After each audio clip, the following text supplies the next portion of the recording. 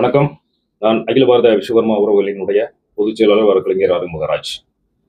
கடந்த 16ஆம் தேதி சென்னை உயர்நீதிமன்றத்தில் ஒரு தீர்ப்பு ஒன்று வெளியாயிருக்கு.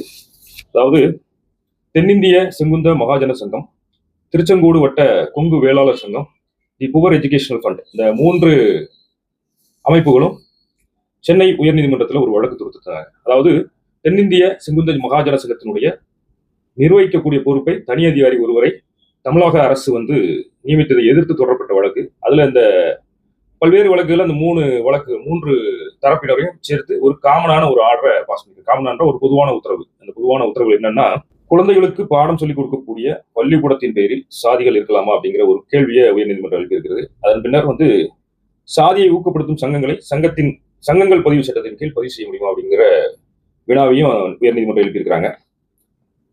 விரிவான ஒரு விசாரணைக்கு பிறகு உயர்நீதிமன்றம் ஒரு உத்தரவை பிறப்பிச்சிருக்கு. அது என்ன அப்படின்னா, சங்கத்தின் பெயரில் உள்ள ஜாதி பெயரை நீக்கி சங்க சட்டத்திட்டங்களில் திருத்தங்கள் செய்து மனுதாரர் அரசை அணுகணும் அப்படிங்கிற ஒரு தீர்ப்பையும், இனி ஜாதிகளின் பெயரில் சங்கங்கள் பதிவு செய்யக்கூடாது, நல்லா புரிஞ்சுக்கணும், இனிமேல் ஜாதிகள் பெயரில் சங்கங்களை பதிவு செய்யக்கூடாது என்கின்ற ஒரு உத்தரவையும், அதை அனைத்து பதிவாளர்களுக்கும் பதிவுத்துறை ஐஜி சுற்றறிக்கை சமர்ப்பிக்க வேண்டும், அனுப்ப வேண்டும் அப்படிங்கிற ஒரு உத்தரவை பிறப்பிச்சிருக்கிறாங்க.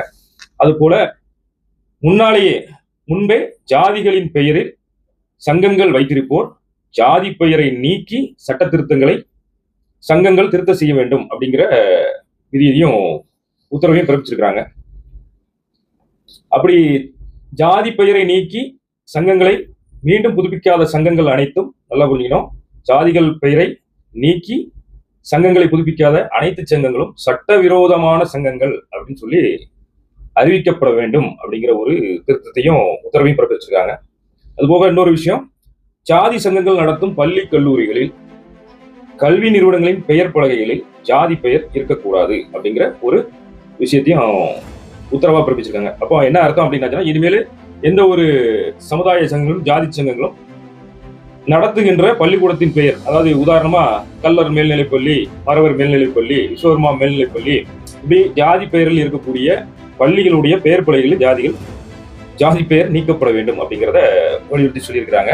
ஜாதிகள் இல்லையடி பாப்பா அப்படிங்கிற வார்த்தைகளை சொல்லிக் கொடுக்கக்கூடிய பள்ளிகள்ல ஜாதி சான்றிதழ் கேட்காம இருந்தாலே ஜாதிகள் ஒழிஞ்சிடும். ஆனா நம்முடைய நாடு பல்வேறு ஜாதிகளாலும் சமூகங்களினாலும் மதத்தினாலும் குலத்தினாலும் ஒரு கட்டமைப்பை ஏற்படுத்தி இருக்கக்கூடிய ஒரு அமைப்பு இந்திய அமைப்பு. தமிழ்நாடு அரசு சார்பில் ஆஜரான வழக்கறிஞர்கள் இந்த வழக்கை ஒரு